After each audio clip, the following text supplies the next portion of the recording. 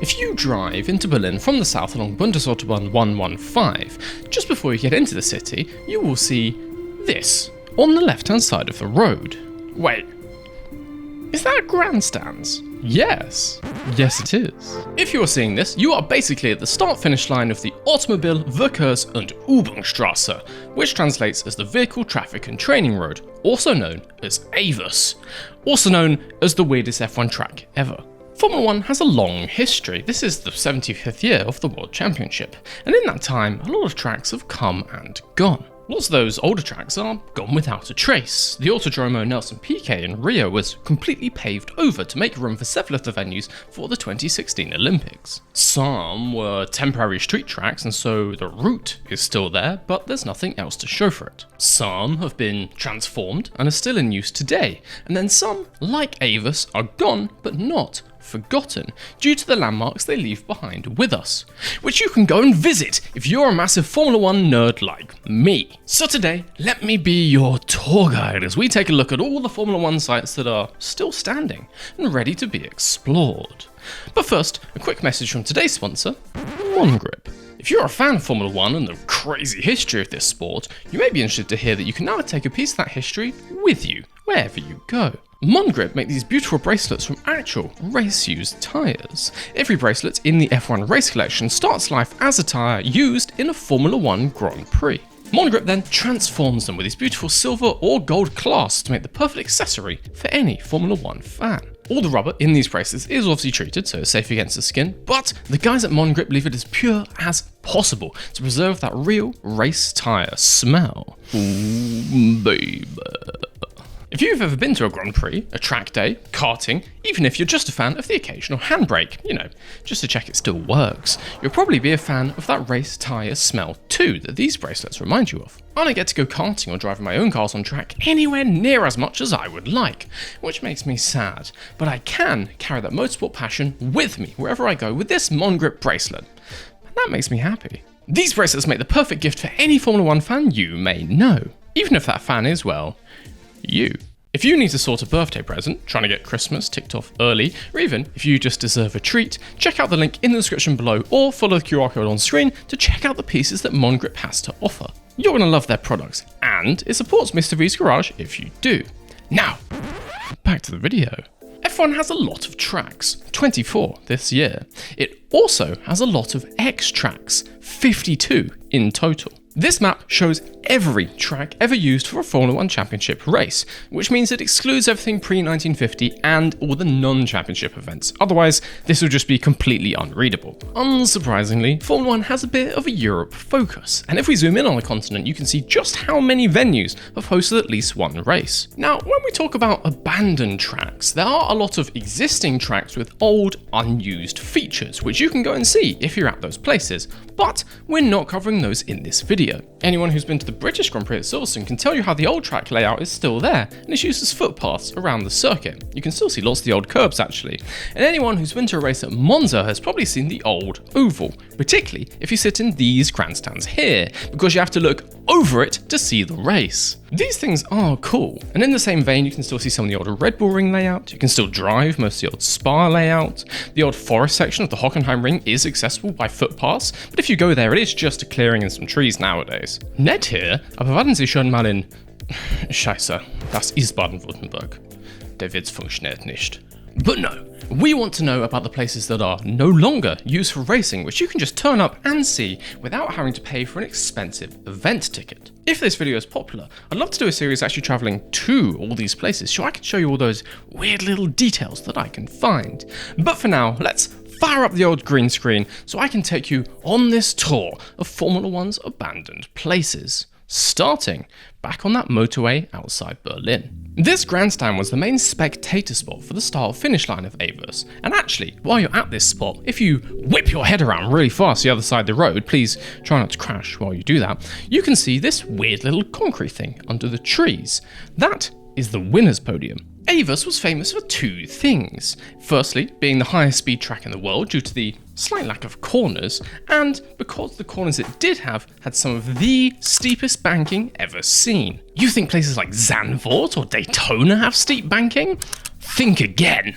Also, maybe ignore that flag. This photo is from 1937. Sadly, the enormous banked north corner was removed several years ago, but you can still see the site of it, which appears to have a lorry park in the middle now. This building is still here though. It has a slightly different decoration on top now, which I think is probably for the best. And actually, inside, it's a hotel and restaurant, which you can stay in. It's just a cheap roadside motel, so don't expect 5-star luxury, but it would make an excellent stop on a tour of Germany's motorsport history. And it's not the only part of the track's history you can go inside. It is possible, technically, to go inside the old grandstands, but sadly, it's not open to the public to just walk inside. There's some offices inside most of it, and actually this central piece here is now used as an event space, so I guess if you were planning a small conference in Berlin anytime soon, check it out. Sadly, the south end of AVUS has less to see. The original South Curve is on this site, which is now a petrol station, Burger King, and has a small little restaurant called Spinnerbrücke. Now, I know Brücke means bridge in German, but what does Spinner mean? Oh, okay. Very cool, Germany, thank you. The track was actually shortened though before its only appearance on the Formula 1 Championship in 1959, and the site of the newer South Curve is clearly visible from satellite images. If you go there and wander around in the trees, you can still find several of the bricks which made up the curve around the outside of the track. Pretty cool. And that's about everything for AVUS. Obviously, the main part of the circuit is still a normal road, so you can drive it if you want to. Sadly, this is not an unrestricted part of the Autobahn, so you can't try and set a new lap speed record, but it's a nice piece of Formula 1 history nonetheless. Our next stop on the abandoned Formula 1 tour takes us to France, about an hour east of Paris, and to the site of the 6th ever Formula 1 World Championship race, the Circuit de Reims-Gueux. This was a road circuit which follows a big triangle between the villages of Gueux, Muison and Tilloy, which sits on the outskirts of Reims. The start-finish line, pits and grandstands sat on this road between Tilloy and Gueux. And actually, they're all still there, complete with advertising from back in the day. Yes, if you just park up at the side of the road here, you can wander around garages used by drivers like Fangio, Farina and Ascari. This is a serious piece of Formula 1 history, and one of the reasons it stands here today in such good condition is due to the conservation efforts of the Amis de Circuit de Gueux Association. They raise money through donations, but also by selling some retro patches and posters. Pretty cool. Alongside AVUS, this is probably the best monument to Formula 1 in the 1950s, and it's completely free to just wander around if you happen to be nearby. Obviously, if you want to, you can also drive the majority of the route of the circuit, as it's all public roads, except for this tiny section here. This stretch of track has been kept despite the fact that it cuts this guy's field in half, but then weirdly, it just ends. Like, I understand you got rid of this bit to make this field more accessible, but this part is in the same field. Like, did you just get bored while removing it? Anyway, this road is still completely accessible, so you can start here and drive about 95% of the old circuit, pretending you're one of the drivers from back in the day.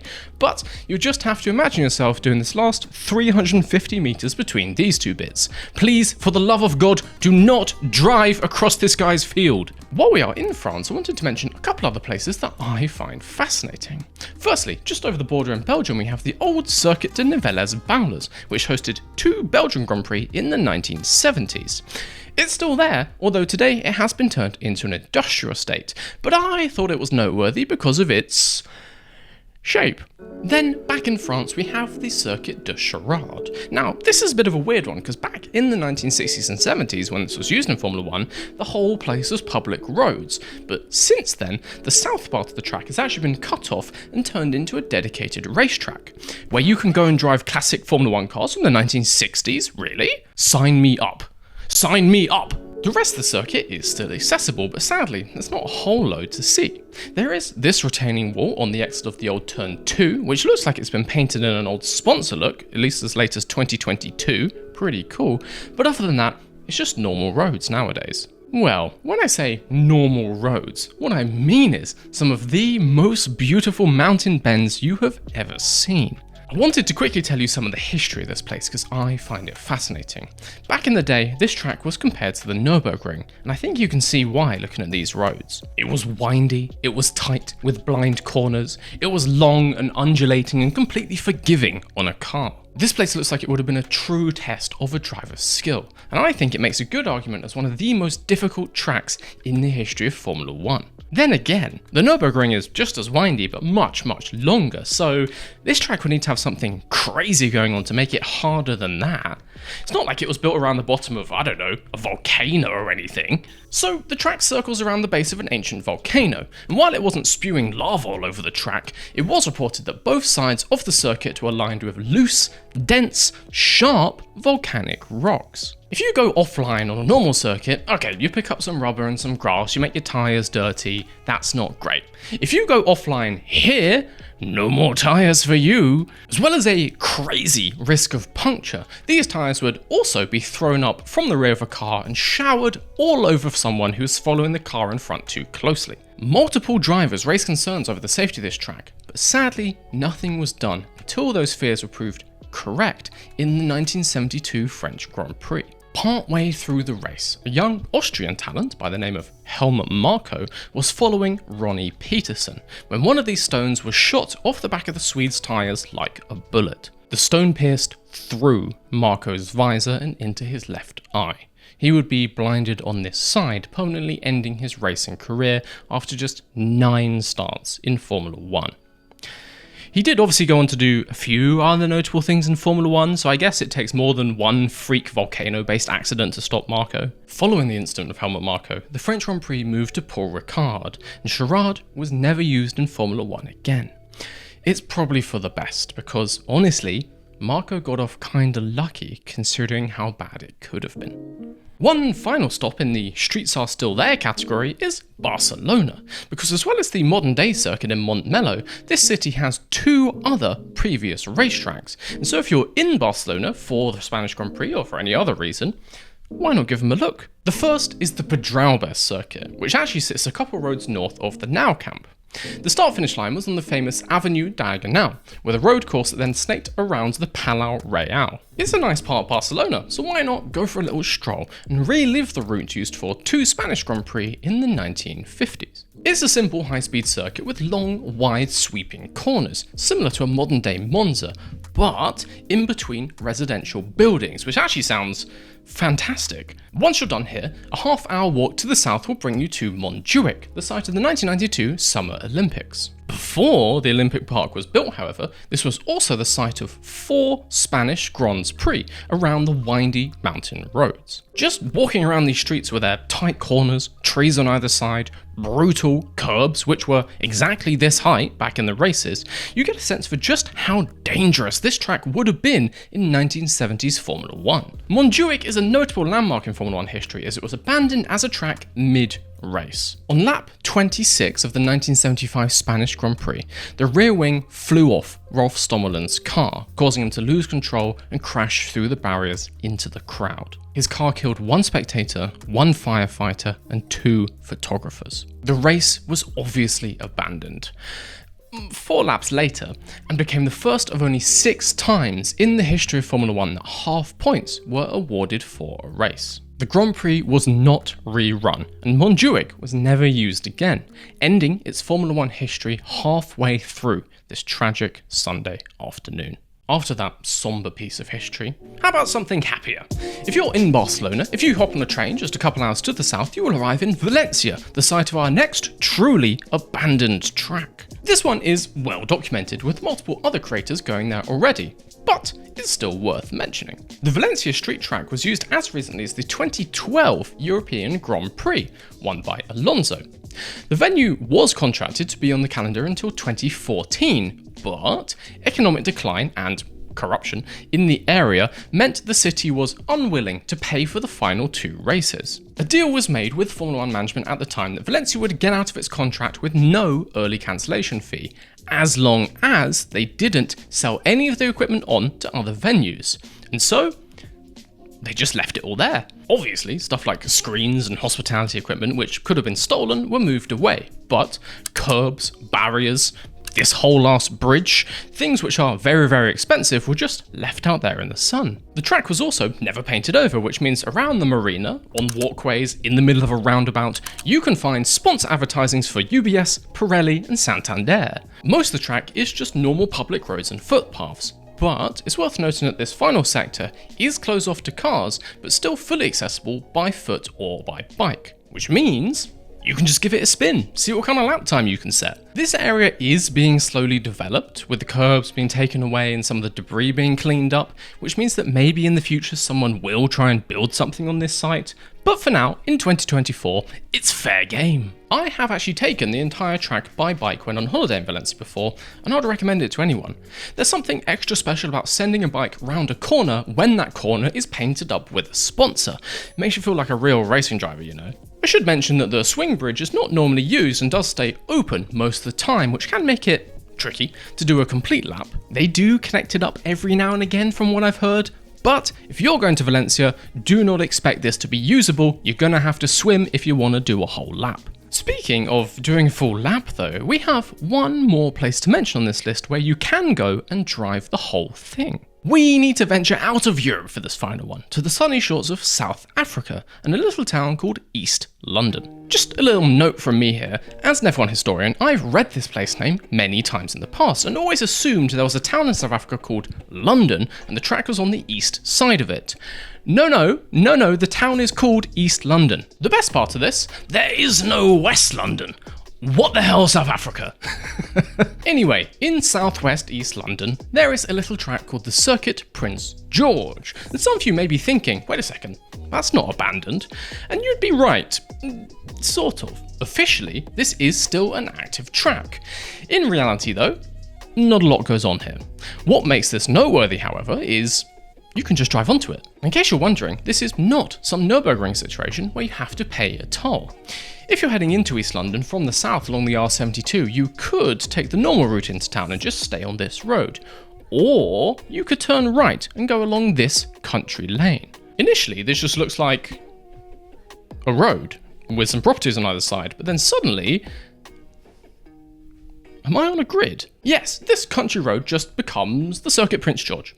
No toll, no barrier, nothing. You can drive the full lap, see the pits, ride the curbs. It looks great. I should say though, be careful. This part of the track is a karting track which does see some semi-regular use, and so if you are driving around in your SUV, try not to plough it into the side of a small child in a go-kart. I've heard it's bad for their health. Other than that though, go nuts! Once you're done, you can either head back the way you came, or just carry on out the other side of the circuit at turn 1 or turn 2, which takes you into town. I find this whole thing bizarre. There are lots and lots of tracks in the UK, but there is nothing free in this country. The concept of a track which is just there, that you can drive onto without a toll, is very alien to me and very, very exciting. Kinda makes me a little bit sad that we don't have stuff like this more often. And there you have it. All of the abandoned places in the world which have at one point held a Formula 1 race. If you were planning a trip nearby one of these places, or you just happen to live there already, and you're a massive Formula 1 nerd like me, why not go and check them out and feel a little bit more in tune with the weird and wonderful history of this sport we love. I have been your tour guide, Mr. V. As I said, I would love to do a video traveling to all of these places and actually going around them, showing you the things I can see. If you'd like to see that, let me know down below, and consider supporting the channel by becoming a member or supporting on Patreon. If you like this video, give it a like down below and maybe subscribe so you don't miss the next one. Until that time, thank you to MONGRIP for sponsoring this video, and I'll see you guys later.